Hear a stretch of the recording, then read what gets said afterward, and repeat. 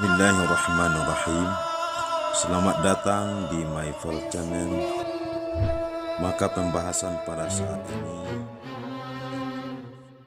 dalam pembahasan akidah akhlak bab 8 tentang membiasakan akhlak terpuji, husnuzon, tawadu, tasamuh, dan ta'awun. Maka diawali dengan membahas kompetensi dasar. 1.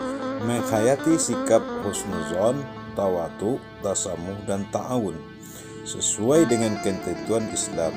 2. Mengamalkan perilaku husnuzon, tawadu, tasamuh, dan ta'awun dalam kehidupan sehari-hari. 3.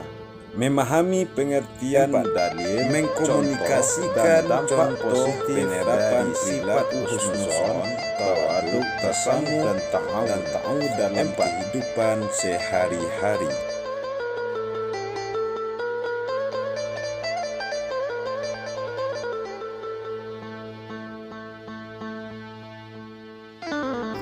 Kemudian indikator dari sikap ini adalah 1. Menampilkan sikap spiritual dari pengalaman belajar, sifat husnuzon, tawadu, tasamuh, dan ta'awun. 2. Menunjukkan perilaku sosial yang mencerminkan berperilaku husnuzon, tawadu, tasamuh, dan ta'awun dalam kehidupan sehari-hari. 3. Menjelaskan pengertian husnuzon, tawadu, tasamuh, dan ta'awun, dan menyebutkan contoh perbuatan dari husnuzon, tawadu, tasamuh, dan ta'awun, serta menyebutkan dampak positif dari husnuzon, tawadu, tasamuh, dan ta'awun. 4. Mendemonstrasikan dampak positif akhlak terpuji, husnuzon, tawadu, tasamuh, dan ta'awun. Pembelajaran husnuzon maka bertujuan 1. Memahami arti, 2. Menjelaskan dalil, 3. Cara membiasakan, 4. Menunjukkan contoh perilaku, 5. Dampak positif husnuzon. Peta konsep. 1. Materi, 2. Pengertian husnuzon, 3. Dalil tentang husnuzon, 4. Contoh perilaku husnuzon, 5. Dampak positif husnuzon.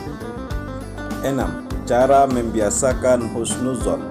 2. Aktivitas: menggali pengertian husnuzon, mendiskusikan dalil tentang husnuzon, mendiskusikan contoh husnuzon, menunjukkan dampak positif husnuzon.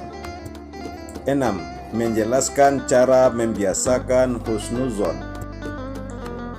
Keterampilan: 1. Mengkomunikasikan, kolaboratif, critical thinking. A. Husnuzon. 1. Pengertian dan pentingnya husnuzon. Salah satu akhlak terpuji kepada sesama manusia adalah husnuzon.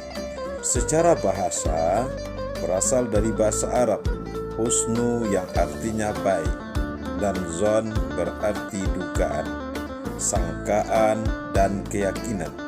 Menurut istilah, husnuzon adalah adanya pemikiran yang positif terhadap manusia lain, bahwa setiap manusia itu pasti mempunyai kebaikan yang bermanfaat bagi yang lainnya.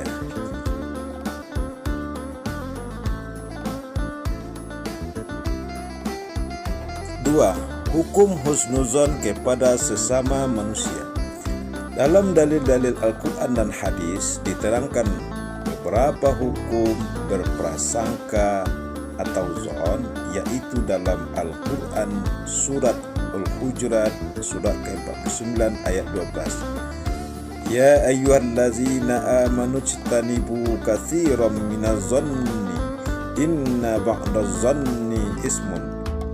Artinya, hai orang-orang yang beriman, jauhilah kebanyakan dari prasangka yang buruk. Sesungguhnya sebagian prasangka itu adalah dosa. Al-Quran Surat Al-Hujurat ayat 12. Diterangkan dalam sebuah hadis, An Abi Hurairah an Rasulillah sallallahu alaihi wasallam qala, husnul zon min husnil ibadah, rawahu Ibnu Hibban wa Abu Dawud. Artinya, dari Abu Hurairah, semoga Allah ridha kepadanya, dari Nabi sallallahu alaihi wasallam ia bersabda, sebaik-baik sangka adalah termasuk kebaikan ibadah. Hadis riwayat Ibnu Hibban dan Abu Dawud. 3. Contoh-contoh husnuzon kepada sesama manusia. A. Ta'aruf, saling mengenal diri untuk membentuk persaudaraan dengan tidak berlaku diskriminatif, karena Allah menciptakan manusia itu untuk saling mengenal. B. Mau melaksanakan kerjasama, saling membantu dan menolong, dengan keyakinan bahwa apa yang dikerjakan itu adalah untuk kepentingan menegakkan kehidupan bersama. C. Memberikan kepercayaan kepada sesama manusia pada bidang-bidang atau urusan tertentu, karena setiap manusia itu mempunyai kemampuan bakat tertentu. D. Mau memberikan masukan, saran, atau dakwah untuk Islam. E. Menerima dengan lapang dada masukan dari orang lain, menganggap kritikan dan saran sebagai masukan yang membangun dan meningkatkan kualitas diri. 4. Hikmah husnuzon sesama manusia. A. Menenteramkan hati. B. Memudahkan koordinasi. C. Memberikan dorongan kepada orang lain untuk mengembangkan potensi hidupnya. D. Memberikan kemudahan untuk komunikasi. E. Bagi seseorang dengan husnuzon akan mendapatkan banyak hal tentang kebaikan dari orang lain, antara lain penghargaan, karena husnuzon itu bahagian dari wujud pemberian kehormatan, penghargaan kepada orang lain. 5. Membiasakan diri bersikap husnuzon. A. Tidak mudah menerima suatu berita yang tidak jelas sumber kebenarannya. B. Berusaha untuk sering bertemu dengan sesama teman atau anggota masyarakat. C. Dengan sering bertemu dapat mengantisipasi munculnya gosip yang sering merusak hubungan persaudaraan. B. Tawaduk. 1. Pengertian dan pentingnya tawaduk. Tawaduk berasal dari bahasa Arab yang artinya meletakkan. Dalam Kamus Bahasa Indonesia, tawaduk berarti rendah hati. Yang dimaksud dengan tawaduk adalah sikap dan perbuatan manusia yang menunjukkan adanya kerendahan hati, tidak sombong dan tinggi hati, mudah tersinggung. Gambaran tawaduk disebutkan pada Al-Quran surat ke-25 surat Al-Furqan ayat 63. Wa ibadur rahman allazina yamshuna 'alal ardi hauna wa idza khatabahumul jahiluna qalu salama. Artinya, dan hamba-hamba Allah yang Maha Penyayang itu ialah orang-orang yang berjalan di atas bumi dengan rendah hati, dan apabila orang-orang jahil menyapa mereka, mereka mengucapkan kata-kata yang mengandung keselamatan. Al-Quran Surah Al-Furqan ayat 63. Tawaduk ialah bersikap tenang, sederhana, dan sungguh-sungguh menjauhi perbuatan takabur atau sombong, ataupun sum'ah yang ingin diketahui orang lain amal kebaikan kita. Tawaduk merupakan salah satu bahagian dari akhlak mulia. Jadi, sudah selayaknya kita sebagai umat muslim bersikap tawaduk, karena tawaduk merupakan salah satu akhlak terpuji yang wajib dimiliki oleh setiap umat Islam. 2. Perintah mempunyai sikap tawaduk. A. Tawaduk di hadapan kedua orang tua yang ditegaskan pada surat Al-Isra ayat 24. Wahfiz lahuma janaha zulli minar rahmah wa qur rabbirhamhuma kama rabbayani shaghira. Artinya, dan rendahkanlah dirimu terhadap mereka berdua dengan penuh kesayangan, dan ucapkanlah, wahai Tuhanku, kasihinilah mereka keduanya sebagaimana mereka berdua telah mendidik aku waktu kecil. Surah Al-Isra ayat 24. B. Tawaduk terhadap sesama muslim yang ditegaskan pada surat ke-26 surah Asy-Syura ayat 215. Wahfiz janahaka limanittaba'aka minal mu'minin. Artinya, dan rendahkanlah dirimu terhadap orang-orang yang mengikutimu, yaitu orang-orang yang beriman. Surat Asy-Syu'ara.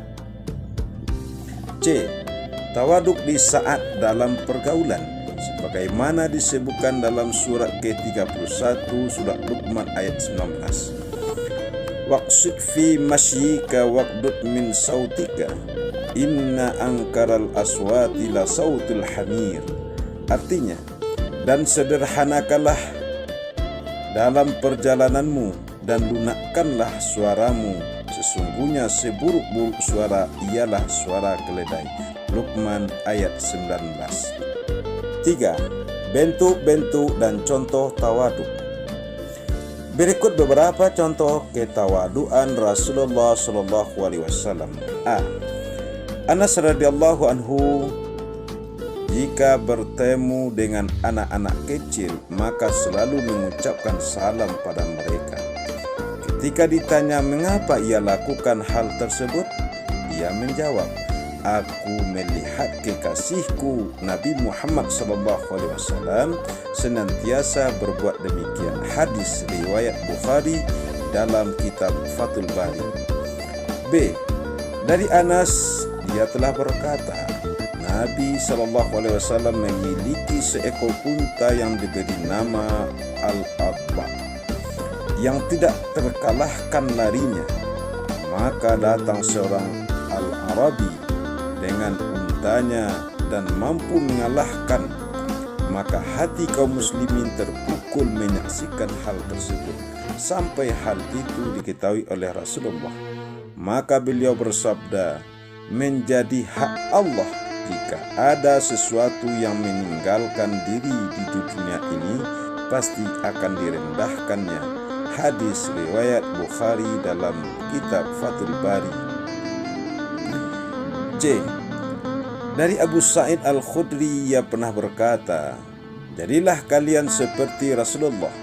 Beliau menjahit bajunya yang sobek, memberi makan sendiri untanya, memperbaiki rumahnya, memerah susu kambingnya, membuat sandalnya, makan bersama-sama dengan pembantu-pembantunya, memberi mereka pakaian, membeli sendiri keperluannya di pasar, dan memikulnya sendiri ke rumahnya.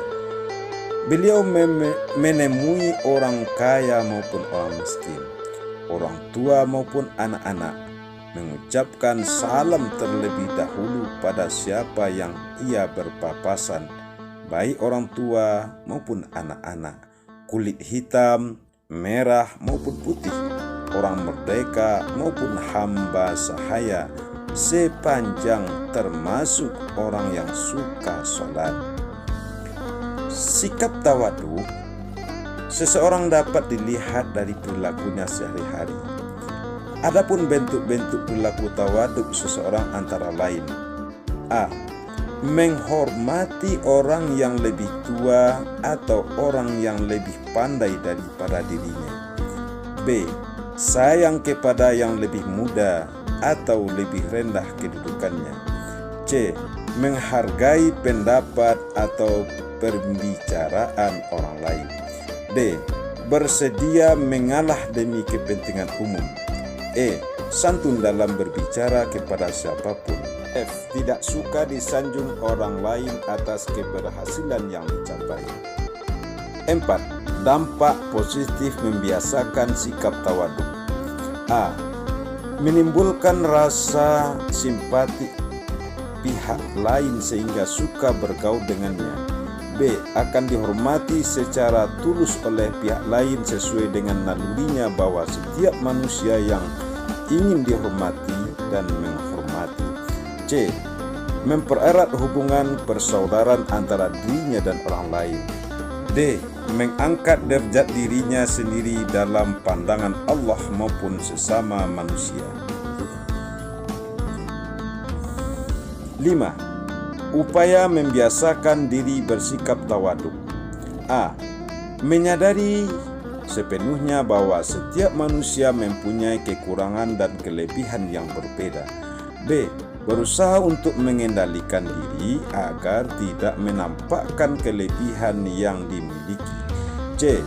Melatih diri untuk dapat menghargai kemampuan orang lain, tidak meremehkannya.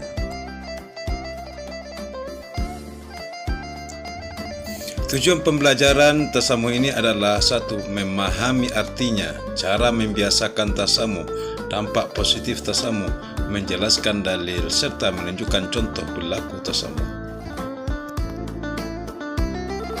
Peta konsep. 1. Materi. 2. Pengertian tasamuh. 3. Dalil tentang tasamuh. 4. Contoh perilaku tasamuh. 5. Dampak positif tasamuh. 6. Cara membiasakan tasamuh. Aktivitas.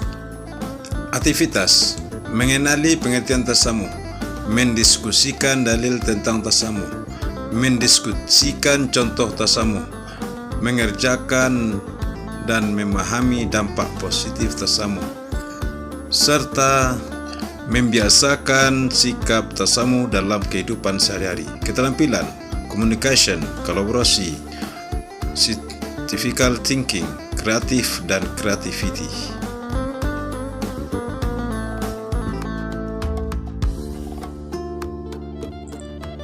C. Tasamuh. 1. Pengertian dan pentingnya tasamuh. Kata tasamuh berasal dari bahasa Arab. Secara bahasa artinya murah hati, lapang hati. Dalam Kamus Besar Bahasa Indonesia, tasamuh diartikan lapang dada, keluasan pikiran, toleransi. Adapun pengertian tasamuh adalah sikap atau perbuatan lapang dada, tenggang rasa dalam menghadapi perbedaan baik pendapat maupun keyakinan dan agama.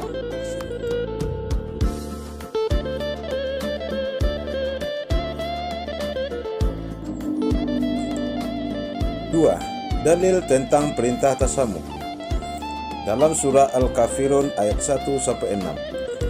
Qul ya ayyuhal kafirun la a'budu ma ta'budun wa la antum 'abiduna ma a'budu wa la ana 'abidun ma 'abadtum wa la antum 'abiduna ma a'budu lakum dinukum waliyadin. Artinya, katakanlah wahai Muhammad, hai orang-orang kafir, aku tidak akan menyembah apa yang kamu sembah, dan kamu bukan penyembah Tuhan yang aku sembah, dan aku tidak pernah menjadi penyembah apa yang kamu sembah, dan kamu tidak pernah pula menjadi penyembah Tuhan yang aku sembah.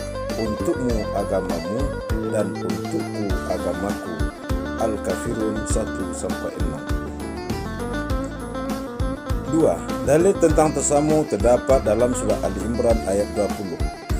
Fa in jahuka faqul aslamtu wajhiya lillah wa man ittaba'an wa qul lil ladzina utul kitaba wal ummiyin Aslamtum fa in aslamu faqad ihtadaw wa in tawallaw fa innama 'alaikal balagul wallahu basirun bil ibad.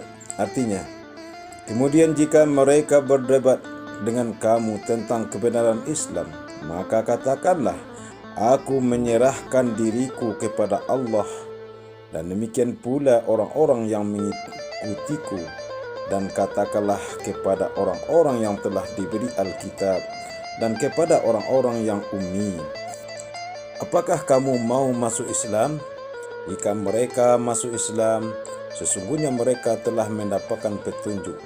Dan jika mereka berpaling, maka kewajiban kamu hanyalah menyampaikan ayat-ayat Allah, dan Allah Maha melihat akan hamba-hambanya.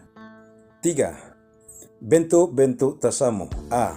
Tidak ada paksaan dalam memilih agama.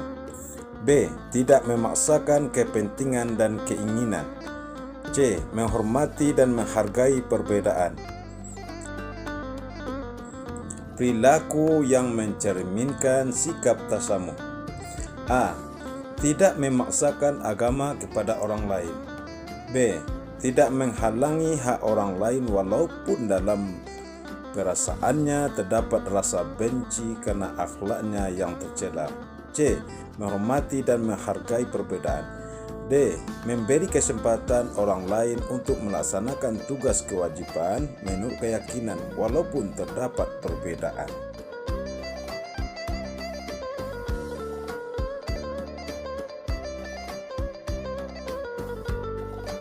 5. Contoh perilaku tasamuh dalam kehidupan sehari-hari. A. Menghentikan sementara acara atau rapat karena tiba waktu sholat. B. Tidak menyalakan klakson motor atau mobil ketika melewati tempat ibadah. C. Ikut menjaga keamanan dan ketertiban pada waktu umat agama lain merayakan hari rayanya. D. Memberi waktu untuk libur bagi karyawan yang sedang berhari raya. E. Menghormati pendapat orang lain terhadap penafsiran dan pemahaman suatu masalah. F. Tidak makan di sembarang tempat pada waktu siang hari di bulan puasa. 6. Hikmah perilaku tasamuh. 1. Dapat memberikan kesejukan jiwa kepada diri sendiri dan orang lain. 2. Menimbulkan sikap dan perangai yang mulia. 3. Mendapatkan teman yang semakin banyak. 4. Timbul rasa tenang pada diri sendiri dan orang lain. 5. Memudahkan penyelesaian persoalan yang nampak sulit bagi orang lain. 6. Mudah mendapatkan relasi. 7. Jika mendapatkan kesulitan, akan banyak orang yang menolong. 8. Jika melakukan kesalahan, banyak orang yang mau memahaminya.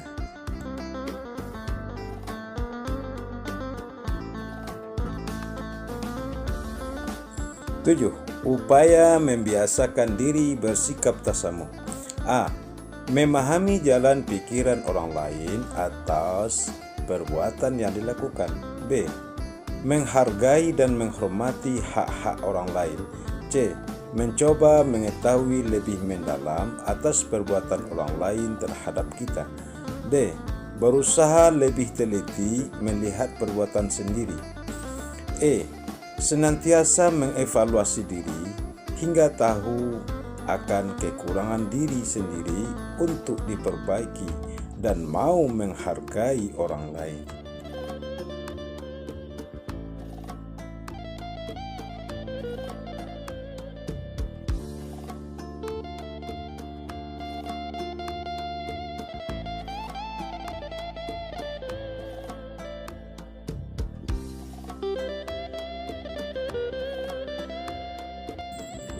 D. Ta'awun. 1. Pengertian ta'awun. Kata ta'awun berasal dari bahasa Arab yang berarti saling membantu, saling menolong.